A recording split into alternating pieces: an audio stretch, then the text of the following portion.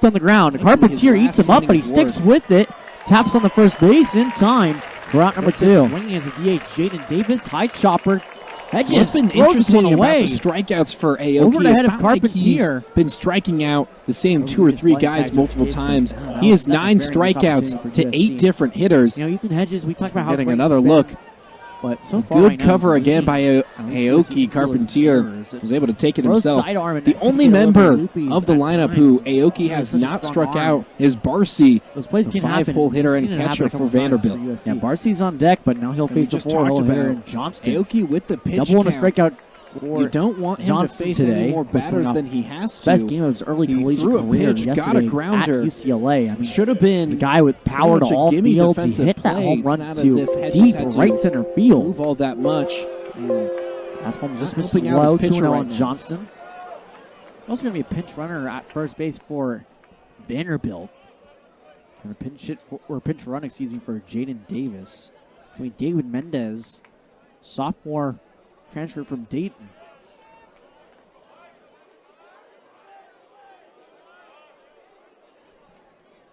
Mancini shows bunt. Good bunt to the third base side. Hedge is going to be tested again, and he makes a throw for out number 1. So a productive out from Vanderbilt, but Hedges coming right back and getting that solid play. He was well down the line, having to grab that, throw it on the run. Good play, good bounce back play from Ethan Hedges.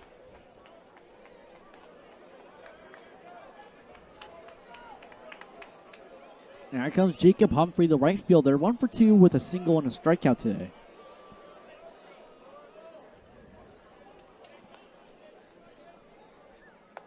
High curveball. Humphrey, a little bit surprised how to move on the way that one, but comes back in the zone, 0-1.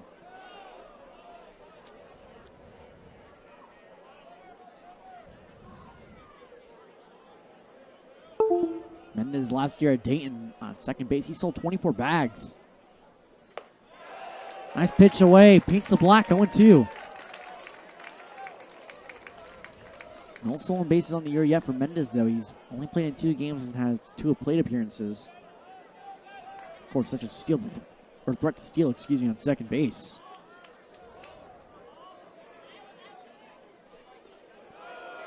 Humphrey. Well, holds off just enough. 1-2 now. That looked pretty good for him, but he's able to keep his hands back. Aoki grips his off-speed pitches really kind of funky. Spikes his finger up there. Not a lot of movement. Can get some knuckle break on some pitches.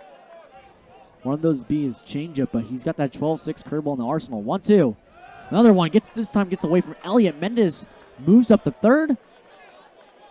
Not moving far away from that third base bag, though. So now the first run of the game for Vanderbilt stands at third. Humphrey trying to put together a nice at-bat here against Aoki.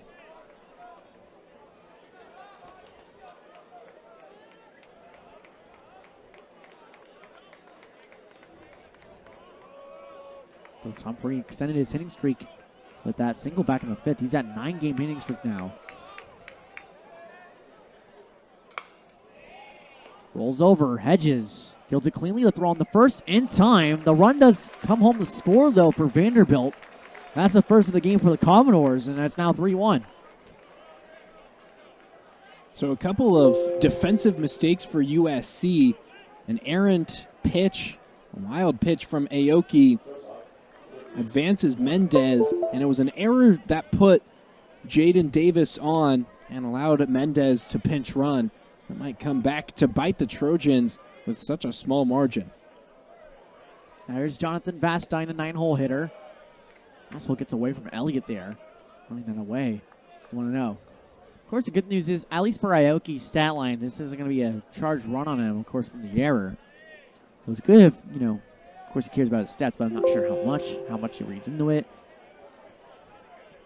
1-0 pitch. Fastball just clips the bottom of the zone, 1-1.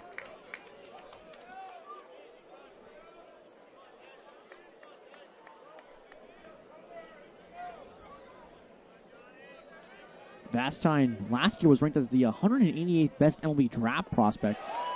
He whiffs at a curveball 1-2, but he opted to come back his senior year because he really wants to help be a leader on this Vanderbilt team. Had 299 last year as a junior. Curveball in there for strike 3. Ken Aoki is fired up. Another strikeout for him, make it double digits. 10 on the game, setting a new career high for himself. As stretch time here in Irvine. Vanderbilt able to tack on 1, but that's it. Vastine strikes out looking, and Aoki, the country and the East Coast. And that Michigan trip is going to be the first of many for them. Now, I'm really excited for that Oregon series, too. Obviously, two teams that are very familiar with each other, Pac-12 squads. Martin Gridzolonic chops one over to Johnson, throw on the first. Dart to get out Bryce for round number 1.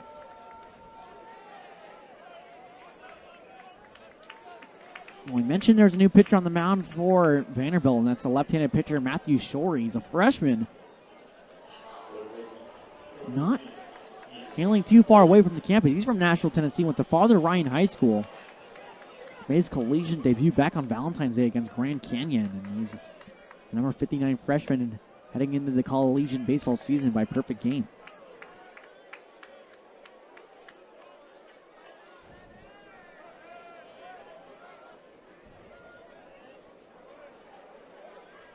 Ethan Hedges, 1 for 2, a double in the walk.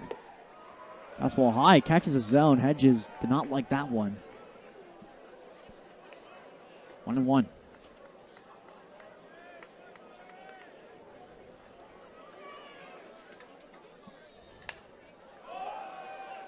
Hedges in on his hands. Mancini shading his eyes from the sun, but he'll miss the grab. And that low pop-up, round number 2. Quick work right now from Shorey. Freshman not fazed right now by the situation that his team is in. Yeah, big high-profile matchup. Trojans up by 2 runs. And heading back to the top of the 8th, Vanderbilt only has 6 outs left. And on the inverse, the Trojans only have to get 6 more outs before they can potentially get the upset. Of course, if USC are able to hold on, only leading by 2, but of course you mentioned, Thomas, 6 outs remaining. This will be a big win for not just USC, but I mean for Andy Stankiewicz as a head coach. I mean, knowing how well-known Vanderbilt are as a baseball powerhouse, getting a win like that, great sign for your season. 1-1 on Cade Higgins.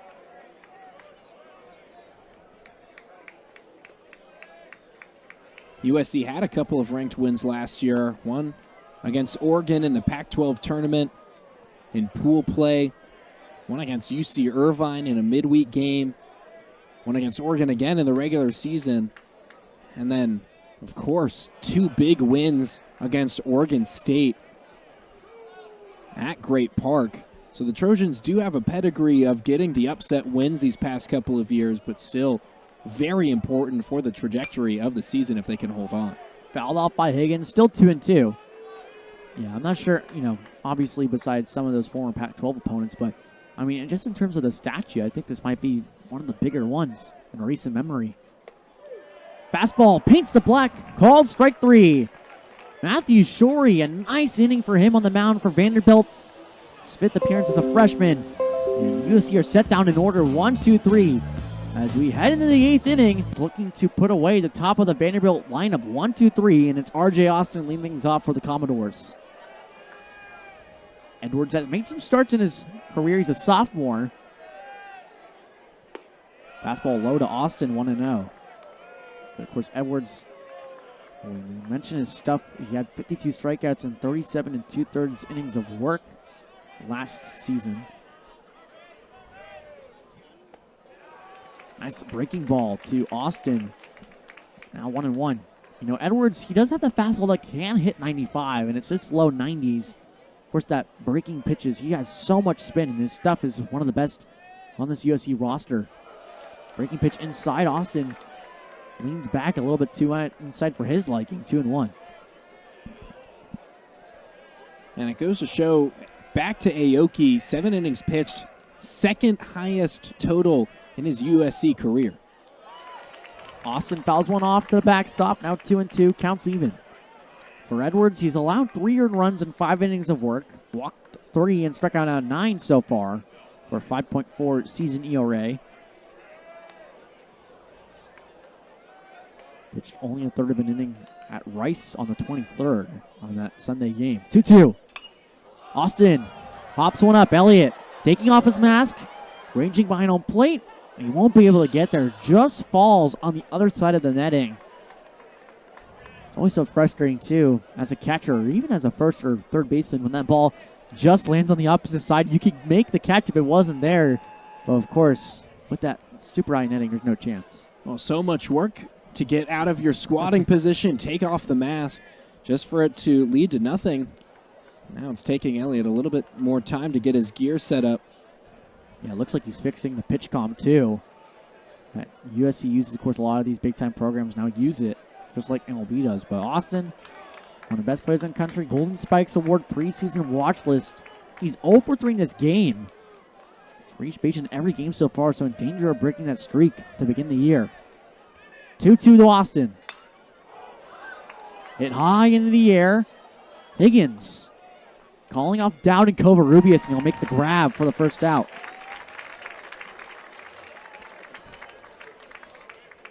And now Vanderbilt, only 5 outs remain to its name to try to erase this 2-run deficit. We know the Commodores are able to do it. They have the firepower to do so. Will USC's bullpen arms be able to slow them down? Well, here's Rigdon. He's been batting from the left side all game and now switching to the right with the lefty on the mound. Upstairs, 1-0.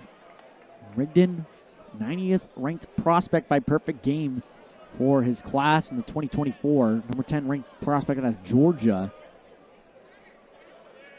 1-0. Another fastball high, 2-0. He's been everything probably Tim Corbin has asked for, really. Out of Rigdon, of course, also known as Rooster. 6 foot, 177-pound freshman.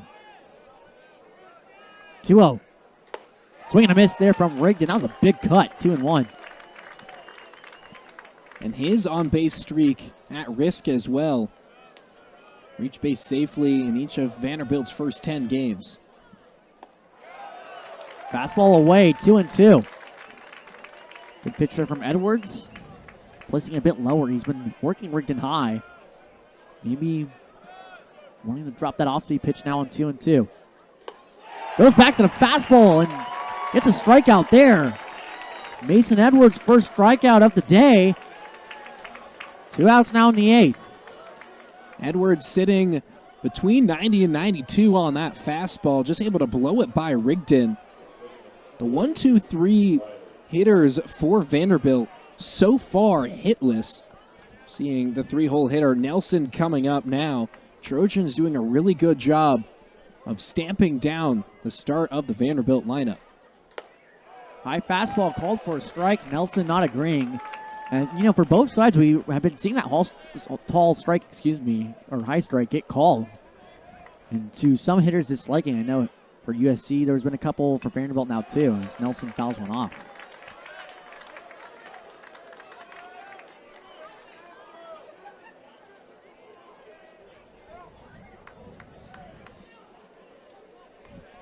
Nelson on the air batting .368. Ball in the dirt there, 1-2. Vanderbilt, now in the 8th inning, doesn't have a hit since 2 outs in the 6th. They did score a run in the 7th off of an error, a wild pitch, and then a ground out RBI. Not too many hits for Vanderbilt. 1-2, strike 3 looking. Mason Edwards punches out Riley Nelson to end the inning. Back-to-back Ks for the lefty. And Vanderbilt are down to their final 3 outs, and USC will take what could be potentially their Aoki. Yeah, I really liked Aoki's pitching performance, especially getting those punch-out pitches below the zone, making Vanderbilt hitters chase, changing the players' eye levels. It's an inspired performance from the righty today. Well, that was back in the 4th inning, and that was right after USC put up 2 runs in the 3rd. Strike one called high on Carpentier. And yeah, you know, if Vanderbilt was able to get at least a run or maybe even tie that game up, what could have been? It could have been a much different ball game. Carpentier smacks one down the left field line and goes foul. But, I mean, big-time moment there from Kane Aoki. Money's worth performance there from him. Of course, we mentioned how this set a new career high in strikeouts with 10, and absolutely superb. Matthew Shorey was also really impressive in that one inning he pitched last go-around for Vanderbilt. Fastball above the letters of Carpentier, 1 and 2.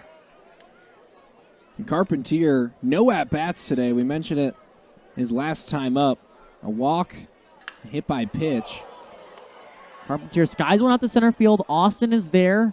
He moves his body to get central with it, and he'll make the grab for out number 1.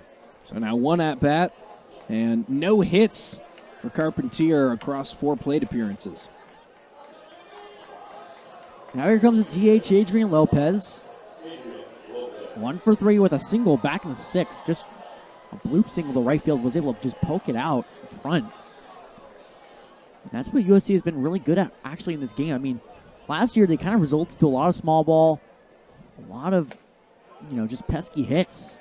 And this year they've been really driving the ball with authority. But in this game, of course, playing such a great team in Vanderbilt, they've kind of had a result to just some scrappy hits, scrappy walks, at-bats, as Lopez tattoos one out to center field. Austin racing back on the warning track, looks up, makes the grab at the wall. Great job by R.J. Austin in center field to track that off the bat. Looked like he had no trouble reading it.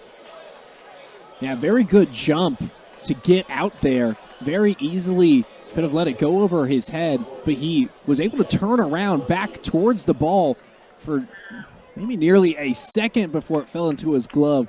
Shows why he's such a good defender in center. High pitch there from Shorey upstairs, 1-0. And that fly ball from Lopez went 104 off the bat, 407. Almost got over the fence, too. Just a few feet shy. Austin had to leave 1 foot. Stayed on the ground, but his glove was right underneath that yellow tape and on the outfield on the fence. Bassier goes the opposite way. Mancini stays down, fields the ground ball, and that's out number 3. So a very quick inning from Matthew Shorey. A loud fly ball, another fly ball, and a weak ground out. Red inning for Vanderbilt. They're down. A freshman started off the game on the right foot for against UCLA yesterday with a home run and a big-time performance from him. Their ball just misses, ball 1 on Johnston. He's 2 for 3 today with a double and a single, and also a strikeout. 1-0 pitch on the way from Edwards. Fastball inside, called for strike 1. And this isn't the portion of the lineup that Mason Edwards wants to be seeing right now. The 4, 5, 6 hitters have 3 of Vanderbilt's 4 hits today. Of course, 2 from Johnston. I'm going to start the rally going. 1-1. Foul ball by Johnston. Goes off of Elliott. Maybe Armendariz too, but he's going to walk the ball back to Edwards.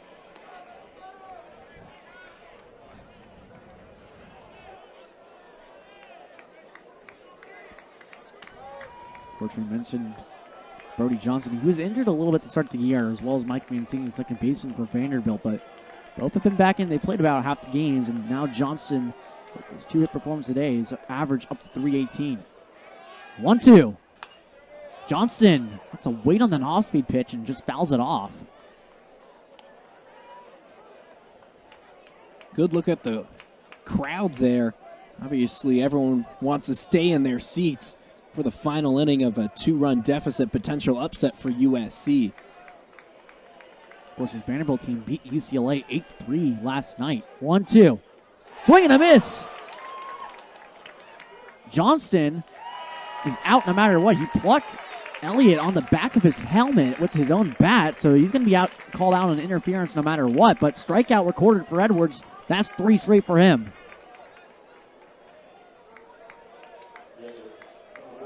USC pitching has been lighting up the strikeout numbers so far today.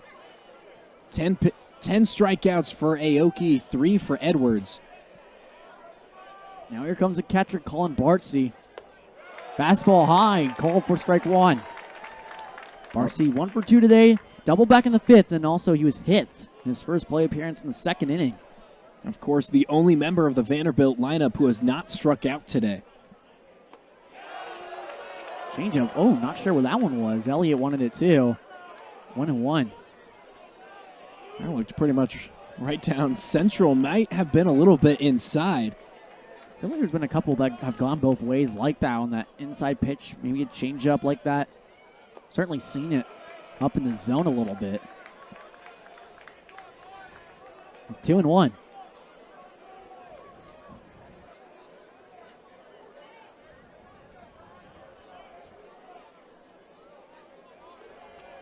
Barcy, hailed as a number 15 overall player from Illinois 2 years ago. Sophomore backstop, seeing 6'3".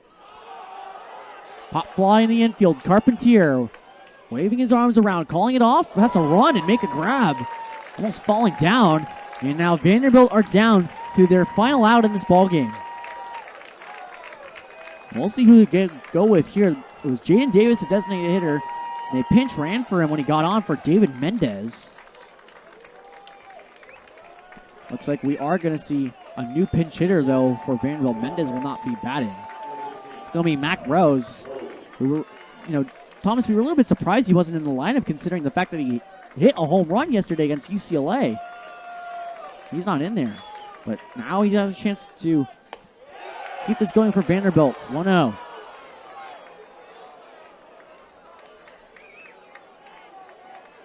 Mac Rose, sophomore, transferred in from McLennan Community College in Texas. Fastball high, 2-0. And McLennan, they're number one community college right now in the country for this season. They're one of the best in the country. 2-0. Rose swings. A little bit of a bloop to center field. It's going to fall for a base hit. Mac Rose does a job for Vanderbilt. A little bit of a sort of a swing there, very short. He's able to get on.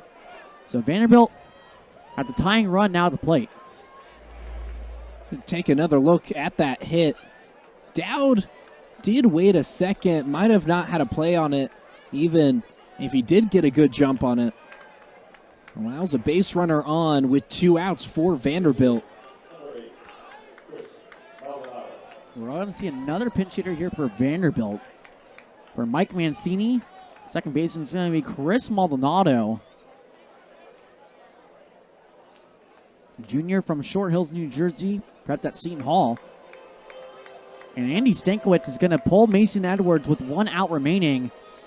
Of course, Vanderbilt going to the right-handed pinch hitter for lefty Mancini. And now Stankiewicz is going to play a little bit of a chess match here with Tim Corbin. Edwards getting a loud applause coming up the mound, and assuming a righty's going to call on the mound for the Trojans. Interesting enough, USC's normal closer, Ethan Hedges, still there at third, and it looks like he will be the one to take the mound. Max Risky has been the usual defensive replacement for Hedges, but he's been able to come on the mound and close things out, and now Hedges will look to record the save himself. Only needs 1 out to do it. Now here comes, he's going to switch gloves. Also going to get the pitch comm as well. And of course, pitching gloves are a bit different than the third baseman glove. A little bit bigger, maybe by about 1/4 of an inch. Of course, his glove needs a more closed web so that these Vanderbilt hitters can't kind of track his grips inside the glove. Interesting, though, to kind of see this matchup. And Stankiewicz, he's only in his 3rd year as a USC manager, but yeah, that's a lot of the coaches around college baseball. They will regard him so highly. Got some great managerial experience, and he's facing probably the guy in college baseball right now, Corbin.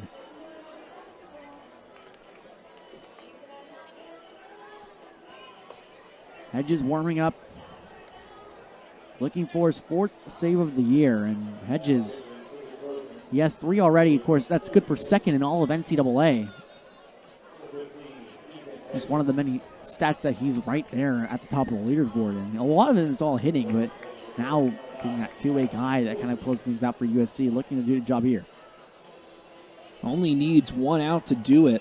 Has pitched 4 2/3 innings this year, 2 earned runs. has given up one long ball this season. That's something to keep an eye out. The tying run on first base.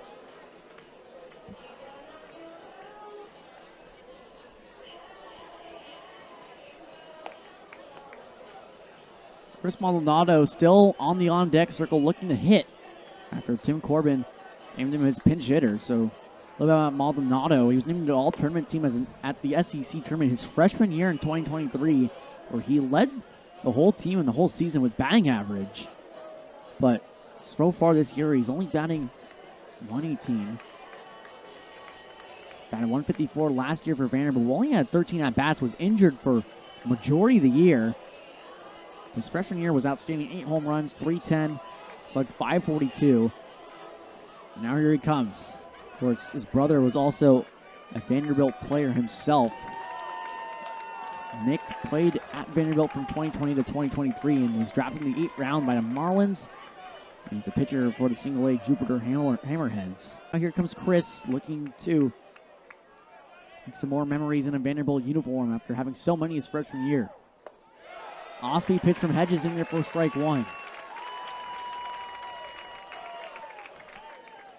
Corbin said that not having Maldonado last season kind of created an offensive void for the team, just considering how, he led the Commodores in averages freshman year and he can kind of play everywhere in the infield.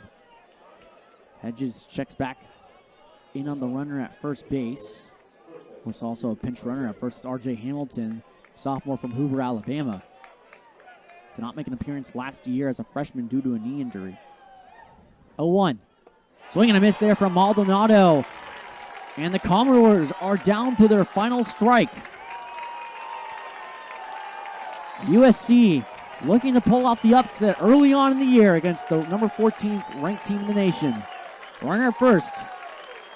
Hedges a two-way closer on the mound. 0-2. Maldonado just takes 1 and 2.